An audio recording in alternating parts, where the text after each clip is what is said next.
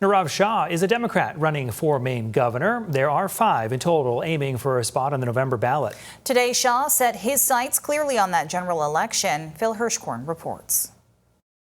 With 1 week to go before the Democratic gubernatorial primary, Nirav Shah presented himself as if he were already the party's nominee by going after 3 of his Republican rivals. What Mainers want, more than anything, are solutions. Shah criticized Bobby Charles's plan to phase out the state income tax, the source of roughly half of state revenue. There is no version of a state budget where you can slice the budget on that scale without destroying our already struggling schools, Maine care, nursing homes, public safety, and aid to towns and cities.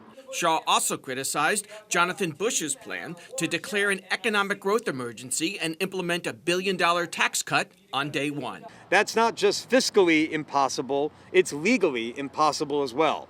On the legal side, there is no emergency power that lets the governor of Maine rewrite the tax code alone and unilaterally. Shah said Ben Midgley lacked a real plan to address the high cost of living, housing, or health care. Midgley's cost of living plan is mostly a diagnosis without a prescription. He names the pain that Maine families are facing, but offers no real way to relieve it. Shah called the Republican plans non-starters based on fantasy math and said it's not too early to set the stage for the campaign to come. In Brunswick, Phil Hirschkorn for News Center, Maine.